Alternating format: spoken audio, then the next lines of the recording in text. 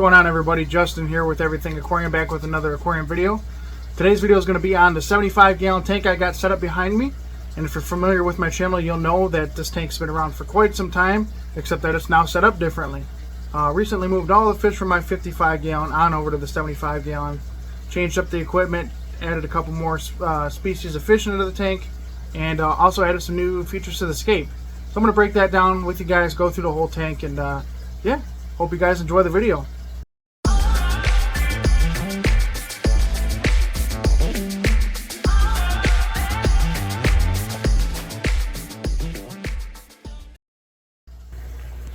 So kind of just to start things off, like I said, this is my 75-gallon tank. Set up with a complete custom 2x4 wood stand. You can kind of see it down there. And for all you that have seen this tank plenty of times, you'll know everything about it.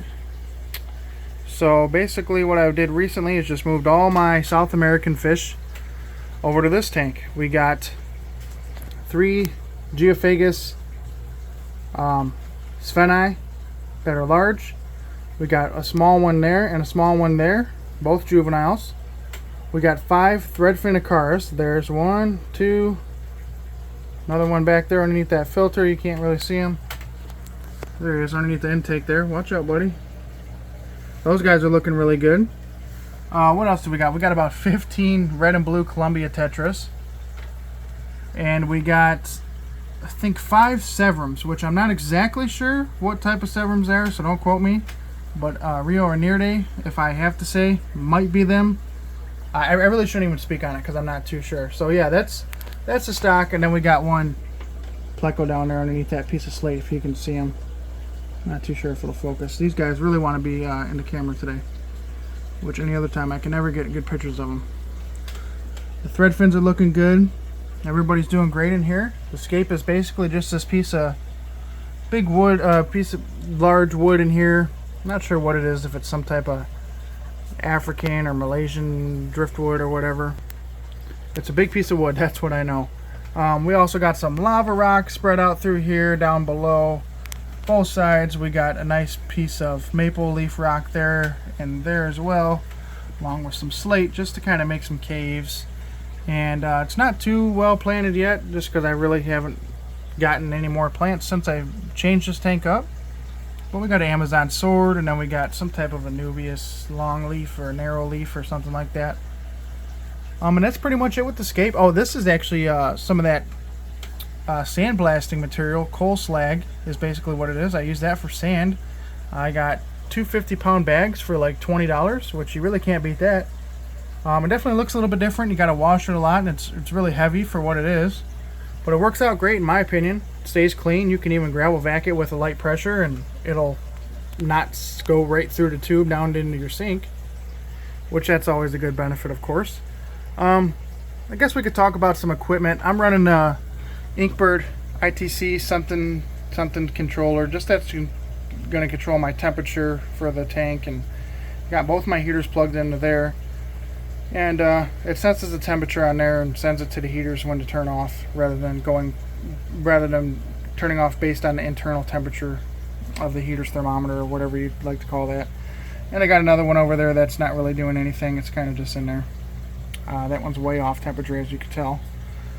But speaking of temperature, we'll talk about the heaters. I got a 200 and no, that's actually only a 200. That's a 200 watt Eheim Jager, or used to be called something else, Hagen, something of that sort.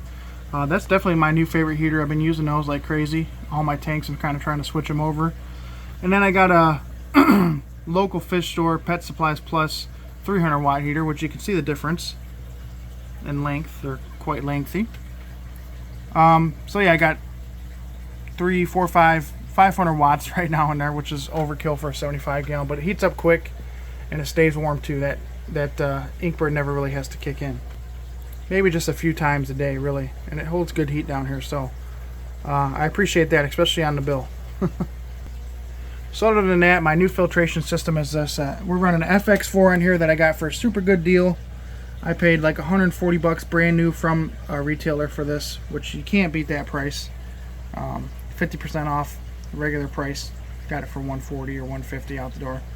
which was great. Got it filled up with some old biological material. Tank is kind of recycling just because I got so much in here. So it's up in ammonia a little bit. I just did a 50% water change about 10 minutes ago. So everything's kind of settling in still. But these guys have been in here for about a week or two. So we're going to let all of this gravel build up some biological bacteria, or beneficial bacteria, as well as all the sponge in there. The only thing that's got bacteria on it is, well, I guess a couple of these pieces I moved over from the other tank might have some. The only thing that's got biological bacteria, beneficial bacteria, I don't know why I keep saying biological, whatever. Only thing that has it on there is some of those bio rings, which I just moved over from the tank they were actually in. So they're with the same bacteria they were with before, which works out good. And got my returns over there hitting up on this magnet, actually, kind of, which is nice because it kind of just gives it a little extra boost to break up that surface tension and gas out that water there.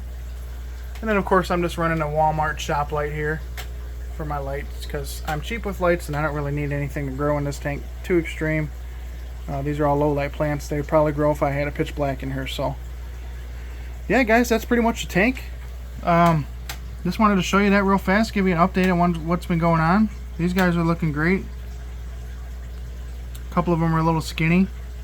I don't know what's going on with that. I got to look into it more if they got some type of parasite or whatnot. But they've always kind of been that way since I got them from a lady down the road. So just kind of letting them live their life and do their thing. Treat when I can treat, and this tank is thriving right now, and hopefully we can get some breeding going on. I don't know if we will exactly with all these tetras in here. I'm going to move some of those tetras around here soon. I got an empty 55 gallon right behind me that's going to get set up, probably exclusively with just those tetras and maybe some other small South American things. But I'm really liking the way this tank is set up right now. It's pretty appealing. I would love to add some more plants in the future, especially ones that I can be able to put over there to hide that intake and the filter or the heaters and all that. So yeah, guys, thanks for watching. Appreciate your time. I hope you enjoyed this video. If you did, please subscribe. We're trying to hit 1,000 subscribers right now. That way we can put out some more great content for you guys. I can hopefully get some more tanks set up and go from there. But yeah, like I said, subscribe, leave a comment, like, share, whatever you want to do. If you enjoyed this video, I'd appreciate that. Thanks for watching, guys. We'll see you later.